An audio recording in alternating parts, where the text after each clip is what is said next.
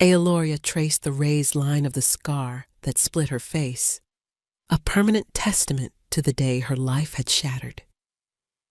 It began at her temple, a puckered silver-white trail that sliced across her cheekbone and ended just shy of her jaw.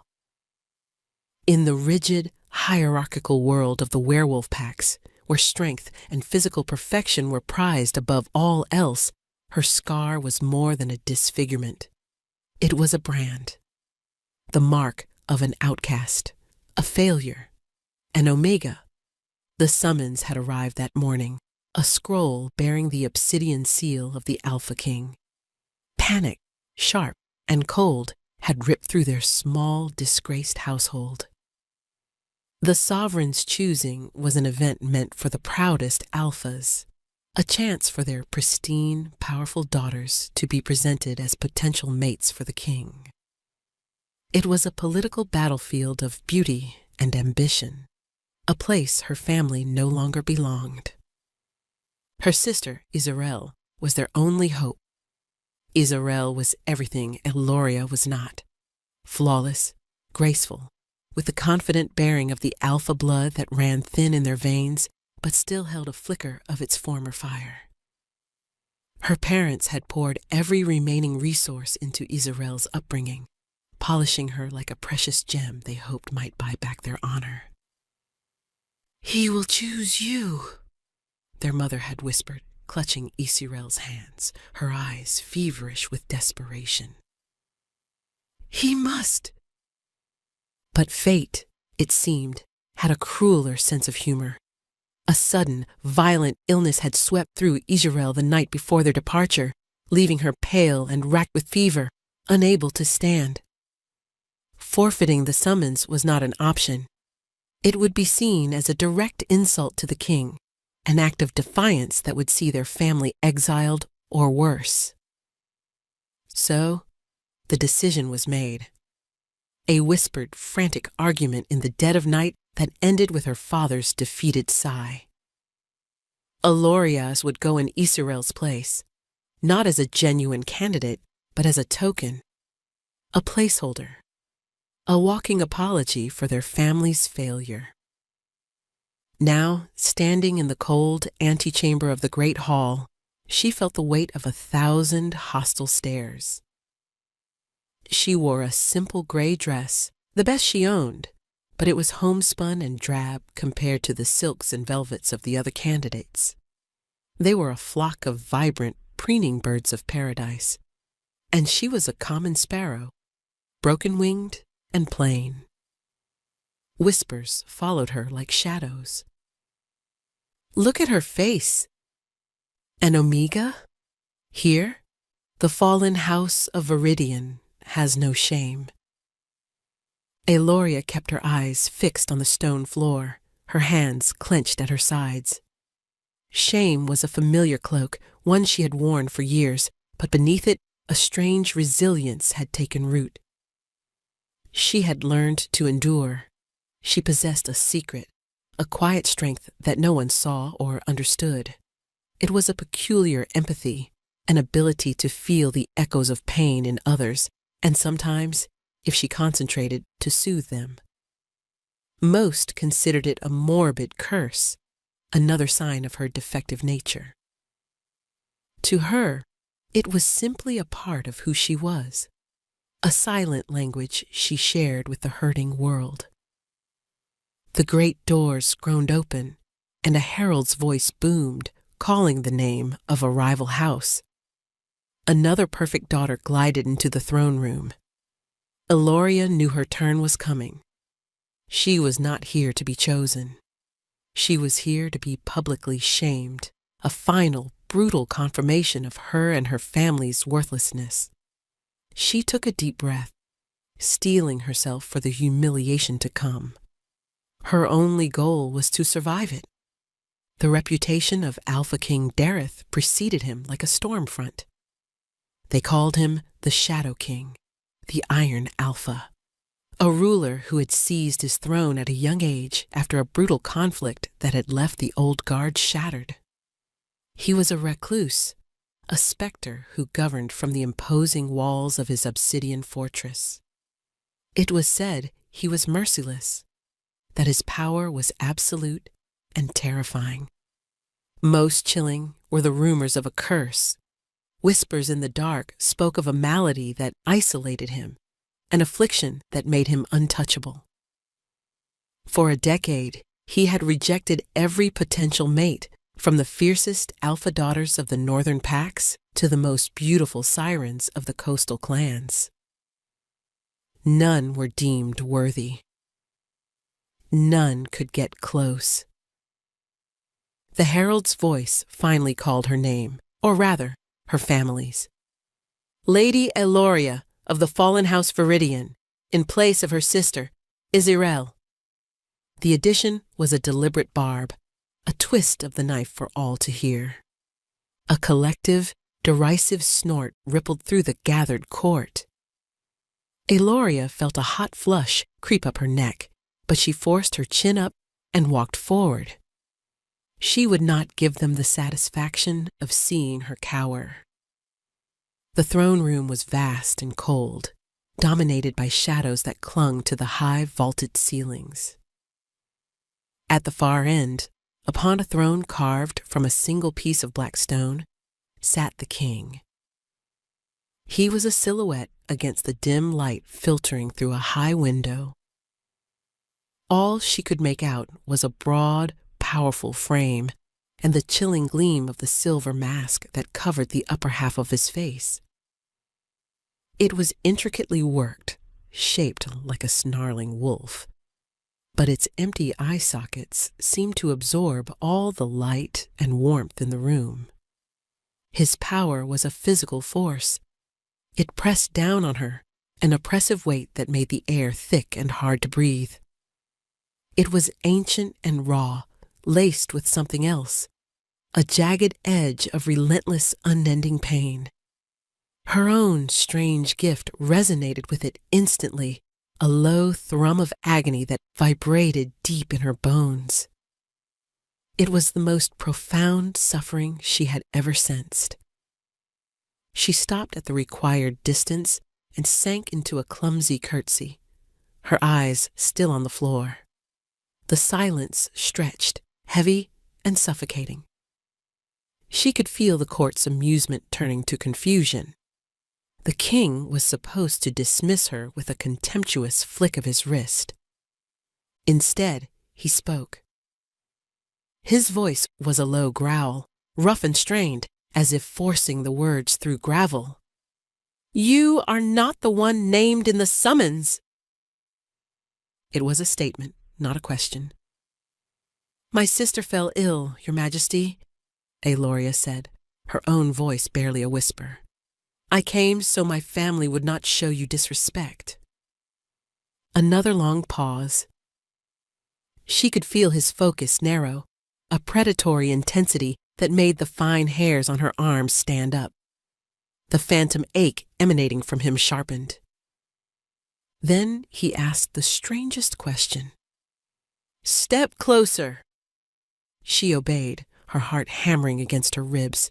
He leaned forward slightly, his masked gaze seeming to bore right through her. "That mark on your face," he rasped, the words sending a shiver down her spine. "Tell me, what do you know of scars?" The question hung in the air, baffling the assembled nobles. They had expected inquiries about lineage, dowry, or pack allegiance. Instead, the fearsome king was asking a ruined Omega about her disfigurement. Eoloria's mind went blank for a second, the directness of his query disarming her. She met the empty eye holes of his mask, trying to find the man behind the terrifying legend.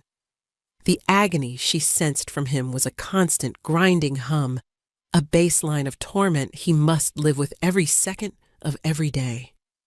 For the first time, she felt not fear, but a flicker of kinship. "I know," she began, her voice gaining a sliver of confidence, "that they are a map of where you have been. I know they do not heal straight. and I know they ache when a storm is coming."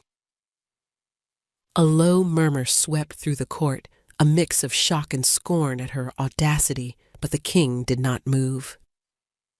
He remained utterly still, his posture rigid.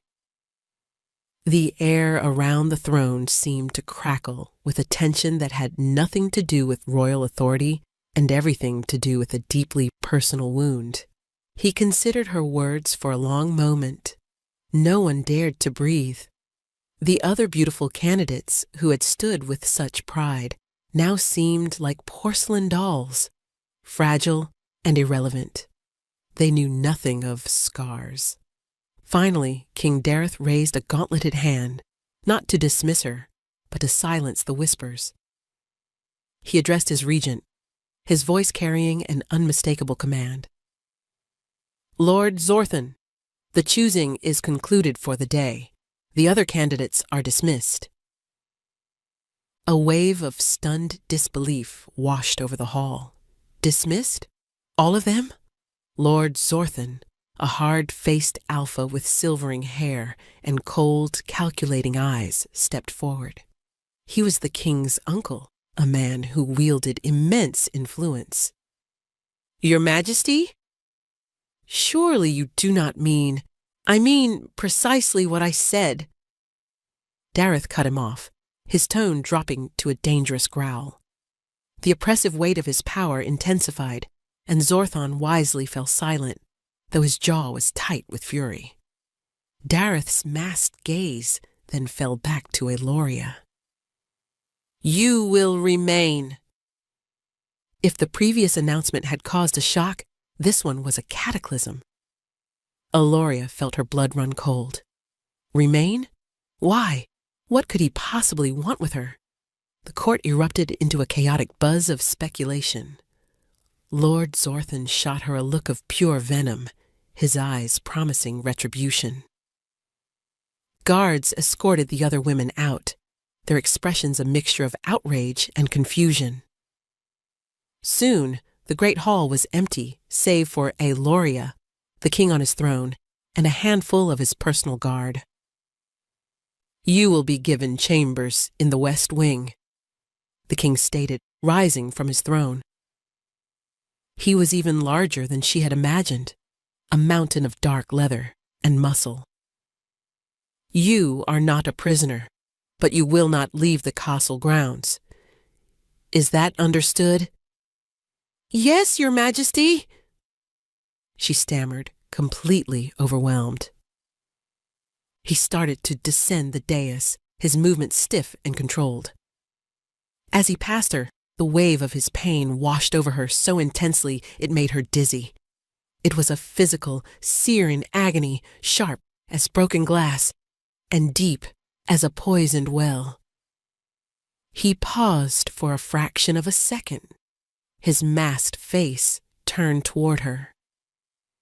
"We will speak again," he said, the words a strained promise. Then he swept past, leaving her alone in the cavernous hall, trembling and utterly bewildered. She was trapped, a pawn in a game she did not understand, bound to a king whose suffering was a silent scream that only she could hear. The chambers Eloria was given were not the lavish suites prepared for the alpha candidates. They were simple, functional rooms in a quiet, disused wing of the fortress. Stone walls, a sturdy bed, a small hearth.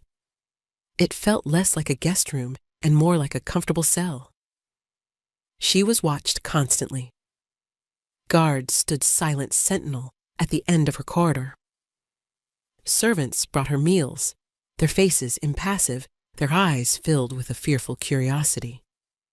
She was the Omega with the scar, the bizarre creature the Shadow King had inexplicably kept. Days bled into a week. She saw no one. She spoke to no one.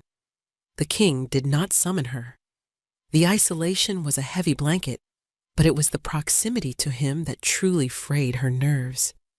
His chambers, she soon realized, were nearby.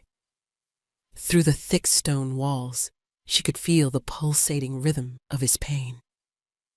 It was a constant presence, a dark star around which her own senses now orbited. Some nights were worse than others.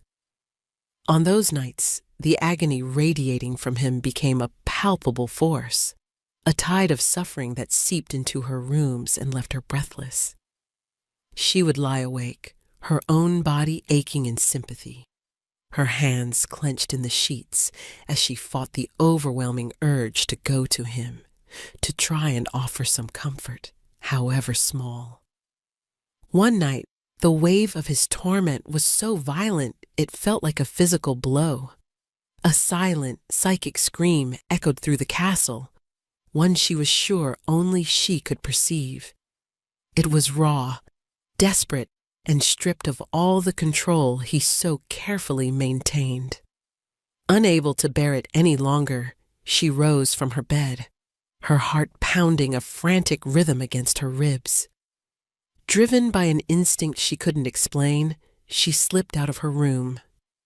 The guards were gone, a temporary shift change, perhaps. The corridor was empty, lit only by the faint moonlight slanting through a high, arrow-slit window. She followed the pull of his pain, a beacon in the darkness, leading her down halls and through archways she didn't recognize. She found herself before a pair of massive, iron-bound doors. The agony from within was a roaring inferno. Pushing past her fear, she pressed one of the doors. It swung inward with a low groan. The room was Dareth's private study, filled with books and maps, but she barely noticed. He was there, by the great hearth where the fire had died to embers. He had thrown off his tunic, and his back was to her. In the dim light, she saw the source of the rumors, the truth of his curse. His skin was a canvas of torment. Jagged, black, crystalline shards, like thorns of solidified shadow, grew from his flesh, concentrated over his shoulders and spine. They pulsed with a faint, malevolent light, and she knew with absolute certainty that to touch them would be to feel unimaginable pain. He was braced against the mantelpiece, his head bowed, his entire body rigid with the effort of containing his suffering. He didn't seem to notice her. He was lost in his own private hell. The sight was horrifying, yet her gift didn't register monstrosity.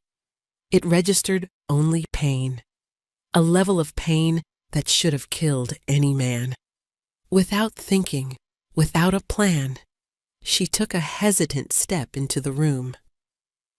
"Your Majesty," she whispered. His head snapped up.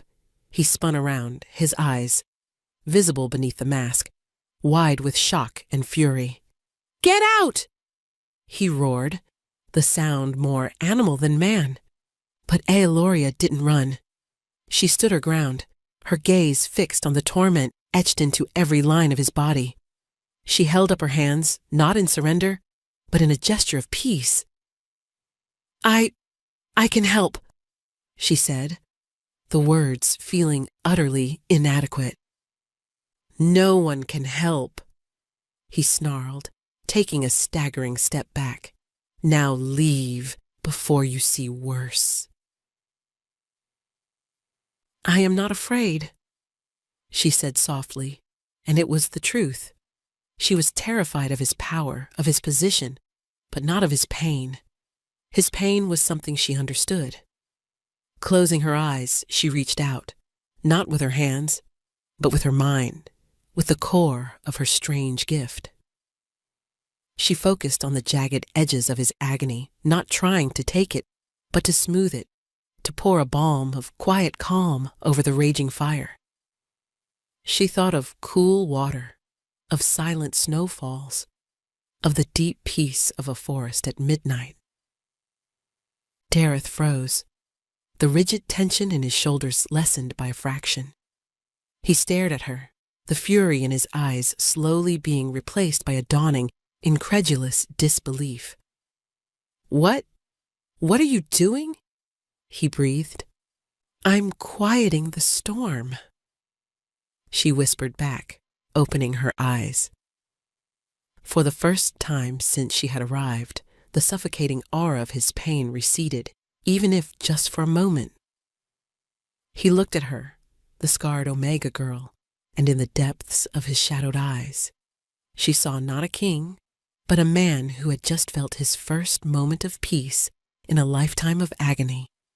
That night established a new, secret routine. It was an unspoken arrangement. When the pain became unbearable, a servant would silently appear at Eloria's door with a cup of herbal tea, a signal. She would wait an hour, then slip through the darkened halls to his study. He never spoke of his curse, and she never asked. He would sit by the fire, his back to her, and she would sit in a chair across the room. She would not touch him, but she would reach out with her gift, gently blunting the sharpest edges of his suffering. It was exhausting work. She often left his chambers feeling drained and hollowed out, as if she had run for miles, but she never refused the summons. To fill the heavy silence, she began to talk. She told him stories from her childhood, simple tales of the woods behind her family home, of the shapes of clouds, of the songs her grandmother used to sing. They were small, insignificant things, but in the oppressive darkness of his world, they were tiny points of light. He, in turn, began to speak, not of himself, but of his kingdom. He spoke of the rugged mountains to the north, of the treacherous politics of the river clans, of his frustrations with the greed and short-sightedness of his nobles. He was a brilliant strategist and a deeply committed ruler, trapped within a prison of his own flesh. He started asking for her opinion. "The grain dispute in the western plains," he'd say, his voice a low rumble. "Lord Calvrin wants to impose a tax that will starve the smaller farms. What would your grandmother have said about a man who eats his own seed corn?"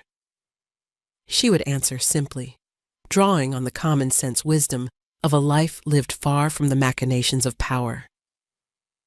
She would have said he's a fool who mistakes his stomach for a legacy.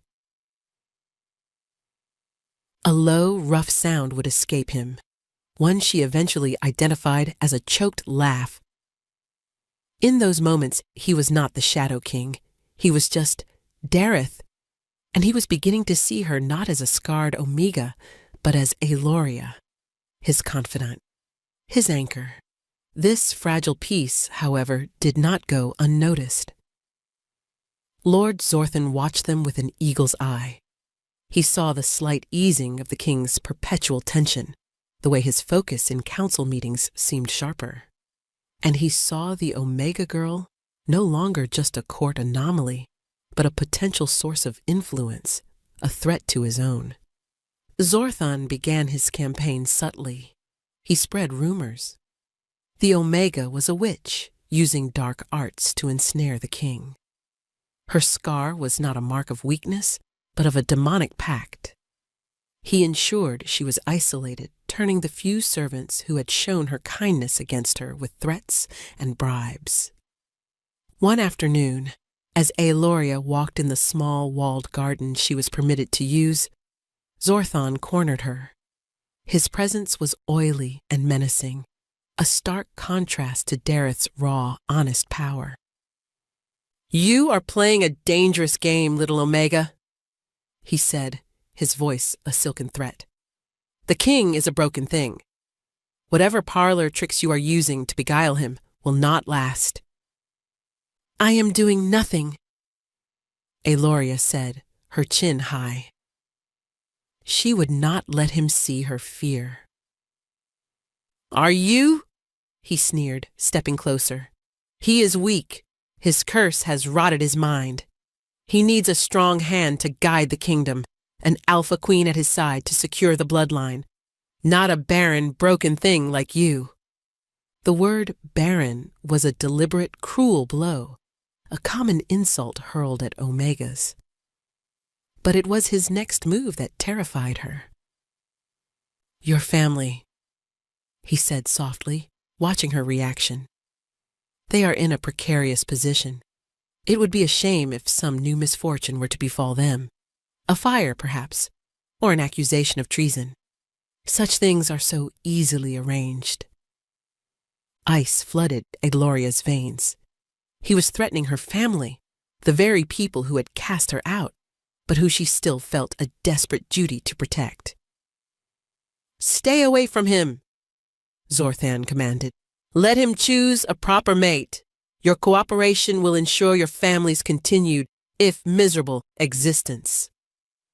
He smiled, a cold, predatory baring of teeth, and then he was gone, leaving her standing amidst the wilting roses, her fragile world threatening to collapse. The threat settled deep in Aloria's soul, a cold stone of dread. Zorthan was not a man who made idle promises. She knew he was capable of any cruelty to achieve his ends. That night, when the servant came with the customary cup of tea, Aloria hesitated. To go to Dareth was to defy his uncle and endanger her family. To stay away was to leave him to his torment, a thought that had become physically painful to her. Her heart won out over her head. She could not abandon him. She found Dareth in a worse state than she had ever seen him. The crystalline thorns on his back were larger, sharper, and they seemed to be spreading, creeping over his shoulders toward his neck. He was pacing the room like a caged beast, his breathing ragged. "It is worse tonight," he growled, without turning as she entered. "Your stories will not be enough." "Then I will not tell stories," she said, her voice steadier than she felt. She walked closer than she ever had before, stopping only a few feet from him. The air around him shimmered with heat, with raw, unshielded agony. He finally turned to face her. In the firelight, his mask seemed more menacing than ever, but she forced herself to look past it, to meet the desperate eyes she could just make out in the shadows beneath. "Zorthan spoke to you," he stated. It wasn't a question. "I smelled his scent on you when you entered." Aloria flinched, but did not deny it. "He wants me to leave." "And will you?" The question was rough, torn from him. "He threatened my family." The admission was a choked whisper. A terrible, guttural snarl ripped from Dareth's throat. A wave of fury and power exploded from him, so potent that a wine goblet on a nearby table shattered. The thorns on his skin pulsed violently. "He will not touch them," Dareth vowed, his voice a deadly promise. "They are under my protection, all of them, because of you." The declaration hung between them, a shield she hadn't known she possessed. Relief warred with a new, more complicated emotion. He was protecting her, fiercely, but his outburst came at a cost. He staggered, crying out as a fresh wave of pain seized him. The curse was feeding on his rage, growing stronger. He collapsed to one knee, his body convulsing. "Your Majesty! Dareth!" She rushed forward, forgetting all warnings, all protocols. He threw up a hand to ward her off. "Don't! Do not touch me, Aloria! It will kill you!" Suddenly, the great doors to the study burst open. Lord Zorthan stood there, flanked by two of his most loyal guards. He had planned this. He had goaded Dareth, knowing his rage would trigger the curse, and had brought witnesses to see the king in his most monstrous state. Behold your king! Zorthan boomed, his voice ringing with triumphant malice. A monster, brought to his knees by a cursed Omega witch. He is unfit to rule. Dareth struggled to rise, to project an aura of command, but the agony was too great. His control was gone. The shadowy thorns writhed, growing before their very eyes, consuming him. He looked not like a king, but a creature from a nightmare. Zorthan's guards drew their swords, their faces a mixture of fear and grim determination. They were going to end this. They were going to kill their king. Aeloria reacted on pure instinct. She would not let them harm him. She would not let him be seen this way, be remembered this way. With a cry, she threw herself in front of Dareth, spreading her arms wide to shield his kneeling form with her own small body. "You will not touch him!" she declared, her voice ringing with a strength she didn't know she possessed. "Step aside, foolish girl." Zorthan sneered. "His madness will consume you both." "It is not madness," she retorted, her eyes locked on his. "It is pain, something a heartless creature like you could never comprehend." Behind her, Dareth let out a choked sound. He stared at her back, at this slight, scarred Omega who was defying a powerful lord and his armed guards to protect him. This selfless, insane act of courage struck him with more force than any physical blow. At that moment, as she stood as his defiant shield, a profound, undeniable truth slammed into him. This was not just about comfort. It was not just about gratitude. It was the mate bond, the primal call of his soul roaring to life. She was his mate, the one foretold, the one who could withstand his darkness. "Aeloria," he breathed, the name a prayer. He surged to his feet, ignoring the searing agony.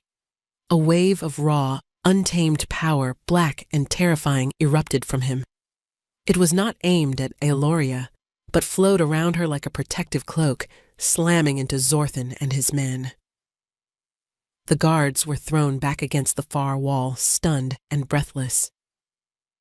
Zorthan himself was forced to his knees, gasping under the immense pressure.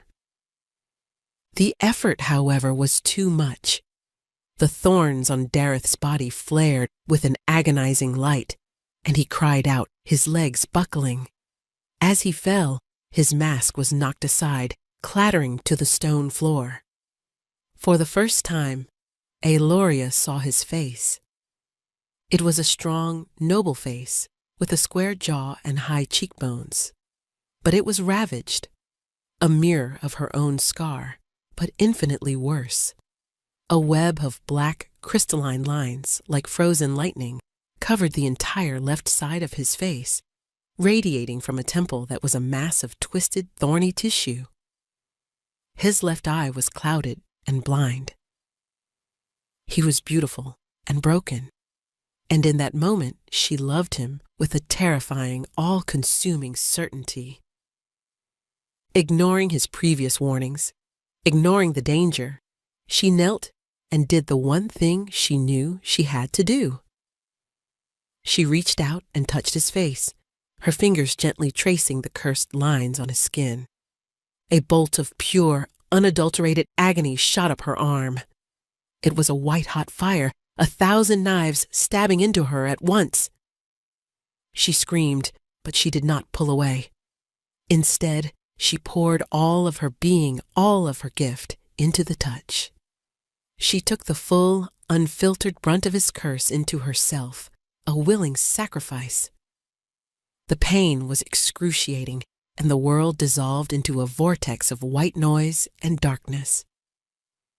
Her last conscious thought was of his one good eye, wide with horror and a dawning, heartbreaking adoration as she collapsed beside him. Dareth roared as Aeloria's body went limp. Her scream, a sound of pure agony, had shattered something deep within him. He felt the raw power of his curse slam into her, and then, impossibly, he felt her gift meet it. It was like a tidal wave of fire meeting a cool, endless sea. For a breathtaking second, the pain inside him vanished, replaced by a profound sense of peace, of rightness. But the cost was too high. She had collapsed, her life force flickering like a dying candle flame. "You!" he snarled, his voice a death rattle. He turned his unmasked, terrifying face to his uncle. Zorthan was scrambling to his feet, his triumph curdled into pure terror. "You have killed her!" The love and fury and despair coalesced inside him, and his power, which he had fought to control his entire life, answered a new master, his fated mate. He no longer sought to contain it. He sought to wield it.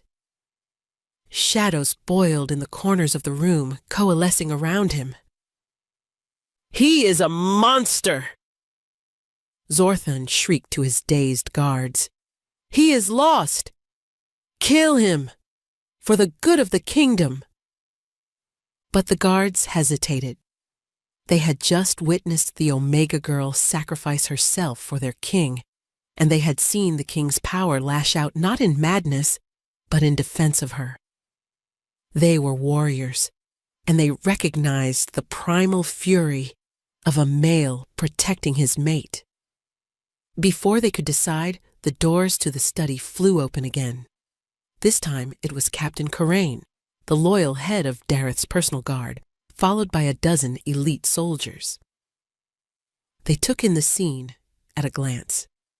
The unmasked king, radiant with dark power, the unconscious Omega in his arms, the treacherous Lord Zorthan and his two cornered men. "My king," Corain said, his voice firm as he knelt, ignoring the shocking sight of Dareth's face. "Your orders?" "Arrest him!"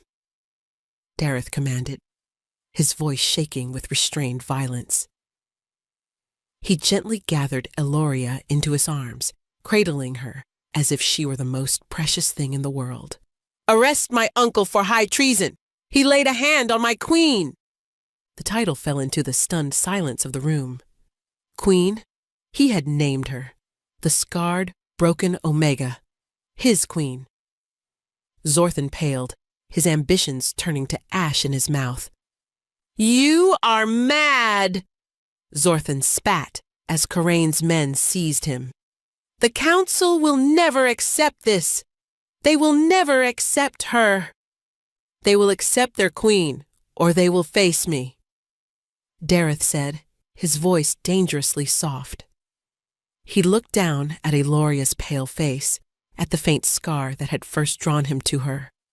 "She is my mate, my anchor, and you tried to destroy her." He swept past them, carrying Aeloria as if she weighed nothing. He did not go to her chambers, but strode directly toward the royal apartments, toward the king's own bedchamber, a place no woman had entered for over a decade. He ignored the shocked gasps of the servants and guards they passed in the halls, his focus solely on the fragile life he held. He laid her gently on his massive bed. Her breathing was shallow, her skin deathly cold. Her selfless act had saved him from losing control, but it had nearly extinguished her own light. Panic, an emotion he hadn't felt in years, clawed at him. He was a king, a warrior, a being of immense power, but he was helpless to save her. Desperate, he pressed his forehead to hers, closing his eyes. He focused on the nascent mate bond, the shimmering thread that now connected their souls. He poured all of his will, his love, his very essence into that bond, a silent plea for her to stay, to fight, to come back to him. He didn't know if it would work, but he had to try. He would not lose her. He had only just found her. Eloria drifted in a gray, painless void. The agony of taking on Dareth's curse had been so absolute that it had burned away all other sensations. She was aware of a distant warmth, a persistent, gentle call that pulsed in time with a heartbeat that was not her own.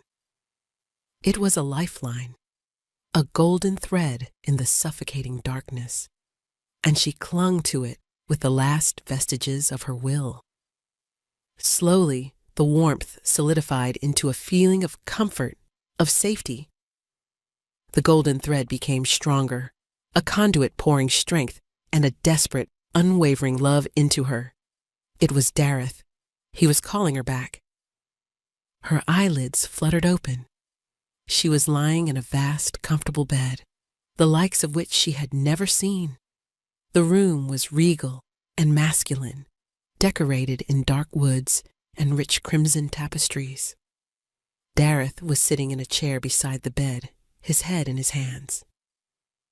He was shirtless, and she saw that the horrific thorns of his curse were gone. In their place was a network of faint, silvery scars like lightning frozen under his skin. He had taken off his mask, and his scarred face was etched with exhaustion and fear. "Dareth!" Her voice was a dry rasp. His head shot up. The relief that flooded his features was so potent it was breathtaking. In 2 strides, he was at her side, kneeling by the bed, taking her hand in his. His touch was warm and solid, and for the first time, it held no trace of pain. "Eloria," he breathed, his voice thick with emotion. "You came back." "The curse," she whispered, her eyes tracing the faded marks on his skin. It's quiet," he finished for her, a sense of wonder in his voice. "When you touched me, when you took it all, you didn't just soothe it, you broke its hold. It is not gone, but it is dormant. I can control it." He looked at her, his one good eye shining with an emotion so intense it made her heart ache. "You saved me. You saved me too," she replied, thinking of the golden thread of his will that had pulled her back from the edge. "You called me home." He brought her hand to his lips, kissing her knuckles with a reverence that humbled her. "I have called a meeting of the full council," he said, his tone turning serious. "Zorthan is in the dungeons, but his poison has already spread. Many of the alphas are restless. They believe I am mad, that you have enchanted me." Fear fluttered in her chest. "What will you do?" "I will present them with their queen," he said simply, his gaze unwavering. "And I will dare any of them to challenge my choice." The council meeting was held in the great throne room, the same room where Eloria had been presented as a joke. This time, however, she entered not as a supplicant, but on the king's arm. She wore a gown of deep blue velvet, a gift from Dareth, and her hair was unbound. She did not try to hide her scar.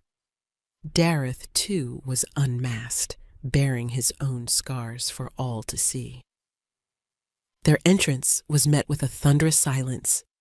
The assembled Alpha Lords stared, their faces a mixture of awe, fear, and outrage.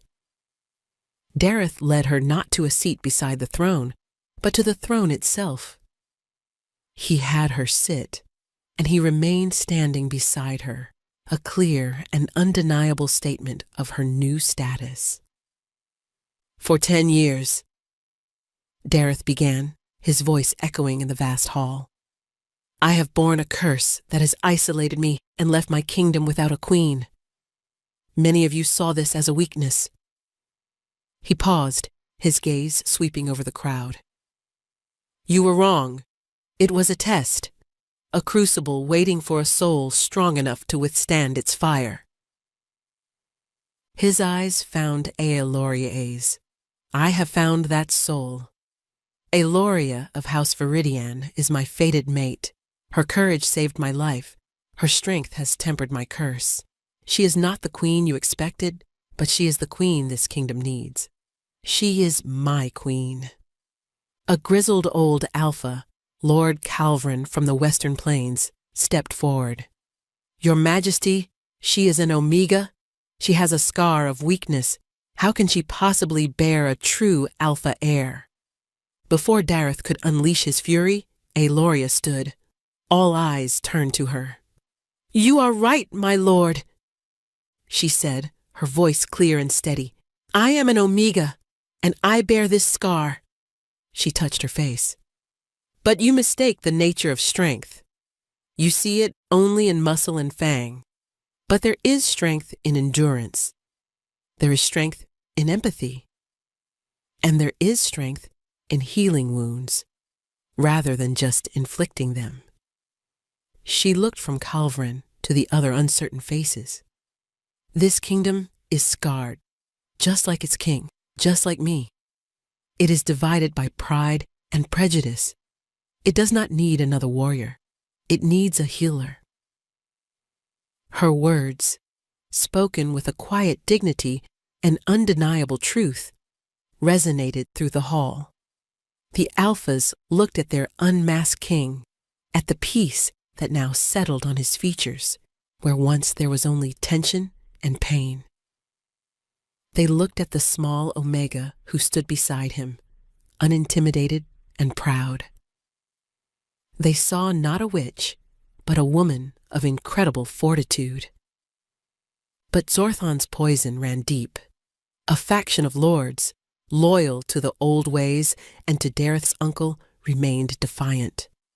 One of them, a brutish alpha named Osrathon, drew his blade. This is a mockery. We will not be ruled by a broken king and his Omega pet. It was the spark that ignited the powder keg. The chamber erupted as loyalists and rebels drew their weapons. But the final confrontation would not be decided by a battle. It would be decided by a single act of treachery. In the chaos, a figure slipped from the shadows near the throne. It was one of Zorthon's guards, freed from the dungeon by conspirators. He held a small, wicked-looking dagger, its blade coated in a sickly green paste. It was not wolfsbane. It was something far older, a poison designed to sever the nascent bonds of fated mates by turning a mate's own power against them. His target was not the king. It was the queen. He lunged, faster than anyone could react. Dareth saw the movement at the last second. He roared Aeloria's name, a sound of pure terror, and threw himself in front of her. But the assassin was swift. The blade, intended for Aeloria's heart, plunged deep into Dareth's side. A collective gasp of horror sucked the air from the room. The fighting stuttered to a halt. Dareth stood for a moment, his eyes wide with shock, before he staggered back, clutching the dagger embedded in his side. A strange, black energy, veined with sickly green, began to spread from the wound, crawling over his skin like venomous spiders. The poison was horrific. It didn't just attack his body, it attacked the mate bond. Aeloria felt a searing, vicarious agony, but worse was the chilling sensation of the bond itself beginning to fray, to turn toxic. The poison was designed to make her gift, her healing empathy, a weapon against him, feeding his dormant curse with her own life force until they both consumed each other. "Dareth!" she screamed, rushing to his side as he fell to his knees.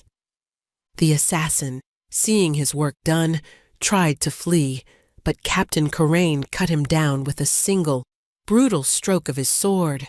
Aeloria knelt before her king, her mate, her hands hovering over the terrible wound. Panic seized her. Her healing touch was now a weapon. If she tried to soothe his pain, the poison would use her power to fuel the curse and kill him faster. "Eloria!" Dareth gasped, his one good eye finding hers. His skin was turning gray, the silvery scars on his body beginning to glow with a dark, angry light as the curse began to reawaken. "The bond, it's tearing, it hurts." He was dying. The lords, both loyal and rebellious, watched in stunned silence. Their world was balanced on a knife's edge. In that moment of absolute desperation, Eloria understood. The poison used the bond, a conduit of love and power, as its delivery system. But a conduit worked both ways. Zorthan and his cronies had misunderstood the nature of her strength. They saw it as a tool, but it wasn't. It was a part of her soul. She looked at Dareth, at the man who had seen past her scar to the person beneath, who had named her his queen, who had just taken a poisoned blade for her. Love, fierce and boundless, swelled in her heart. This was her choice. This was her king. This was her mate. "I love you, Dareth," she whispered. The words, a vow, an anchor in the storm. Then she did the one thing the poison was not designed for. She did not try to heal him. She did not try to soothe him. Instead, she laid her hands over his, which were clutched at his side, and she did the opposite of what her gift was meant to do. She pulled. With every ounce of her will, she drew the poison and the raging, reawakening curse into herself. She used the mate bond as a siphon, pulling the darkness out of his body and into her own. The pain is beyond imagining. It was a fire that consumed her from the inside out, a symphony of agony that dwarfed even the moment she had first touched his curse. Her vision blackened, and she felt her own life slipping away, but she held on, her focus absolute. She would be his shield, even if it meant her own end. The entire court watched in breathless awe as the black veins of poison receded from Dareth's skin and seemed to flow into Eloria. Her own scar began to glow with a terrifying dark light.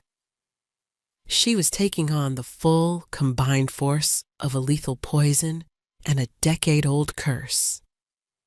She was sacrificing herself. Dareth felt the darkness leave him. He felt the bond, once tearing, now pulsing with her incredible selfless love. He saw her face, contorted in agony, and knew what she was doing. "No!" he cried, trying to push her away, but he was too weak. As the last of the poison left him, Eloria collapsed. But something miraculous happened. The moment the combined darkness fully entered her, it met the unshakable core of her being, the pure, unconditional love she held for her mate. It was a force the curse had never before encountered. Love was its antithesis. A blinding golden light erupted from Eloria. It was warm and pure, a stark contrast to the malevolent energy she had absorbed. The light pulsed outward, washing over Dareth first, and he felt the last vestiges of his curse, the dormancy, the scars, the pain, dissolve into nothing. He was not just healed, he was cleansed. He was whole. The light washed over the entire throne room. It touched every lord, every guard, and in it they felt not power, but compassion. They felt the depth of Eloria's sacrifice and the unyielding strength of her love. Prejudices and old hatreds seemed petty and small in the face of such a profound act. When the light faded, Eloria lay still on the floor. Dareth, now completely restored, scrambled to her side, his heart shattered. He had lost her. But then she stirred. Her eyes opened, bright and clear. The angry glow had faded from her scar, and it seemed softer, just a silvery line on her skin. She had faced down death and darkness and had won. Her gift, amplified by a true mate's love, had not just saved him. It had purified them both. Dareth let out a ragged sob of relief and gathered her into his arms, burying his face in her hair. You saved us all," he whispered. And in the silent, awe-filled throne room, Lord Calvrin, the grizzled alpha who had first challenged her, slowly knelt.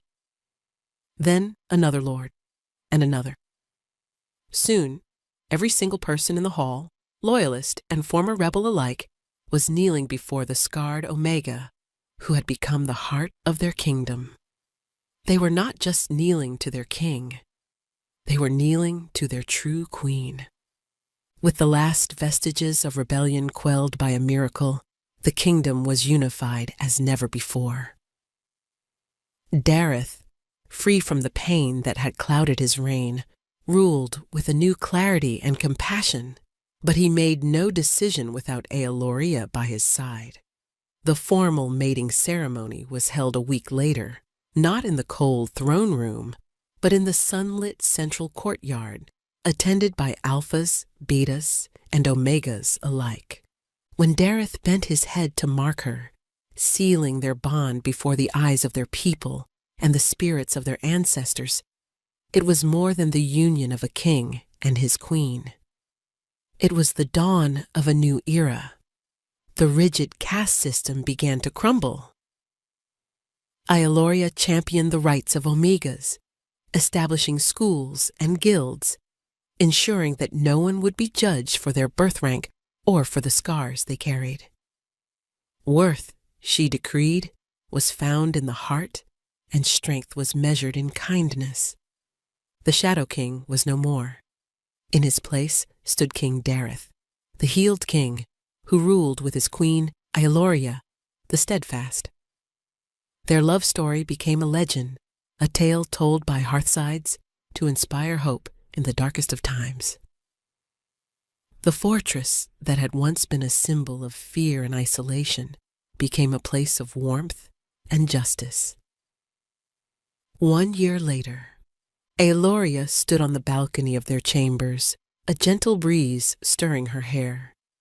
Dareth came up behind her, wrapping his strong arms around her waist and resting his chin on her shoulder. His touch was a familiar comfort, a constant source of warmth and safety. Below them, the capital city bustled with peaceful energy, a testament to the changes they had wrought. "What are you thinking about?" he murmured, his lips brushing her temple. "I was thinking about scars," she said softly, her hand instinctively going to the line on her cheek. It was a part of her, a map of where she had been, but it no longer defined her. And how they don't have to be the end of a story. "For us," he said, turning her in his arms to face him, "they were the beginning." He looked down at her, his eyes filled with a love so deep it still sometimes stole her breath away. His gaze dropped to her gently swelling belly. "And the beginning of our future." A small, powerful kick from within made her gasp and then laugh. The royal healers had been stunned. An Omega, they had said, could never bear a true alpha heir. But the child Aeloria carried was a symbol of their bond, a miracle born of a love that had defied curses, poisons, and prejudice. This child would not be born into a world of rigid hierarchy, but into a kingdom that was learning to heal. Dareth placed a reverent hand on her stomach, his face alight with a joy he had never thought he would know. "They will be strong," he whispered, "like their mother." Aeloria smiled, leaning her head against his chest, listening to the steady beat of his heart. The scarred Omega and the cursed king had found their peace, not in perfection, but in the beautiful, flawed reality of each other. They had saved their kingdom, but more importantly, they had saved each other, proving that the greatest strength of all was not the power to rule, but the courage to love. And as they stood on the balcony, their united kingdom thriving below and their future stirring to life between them, they knew their story was just beginning.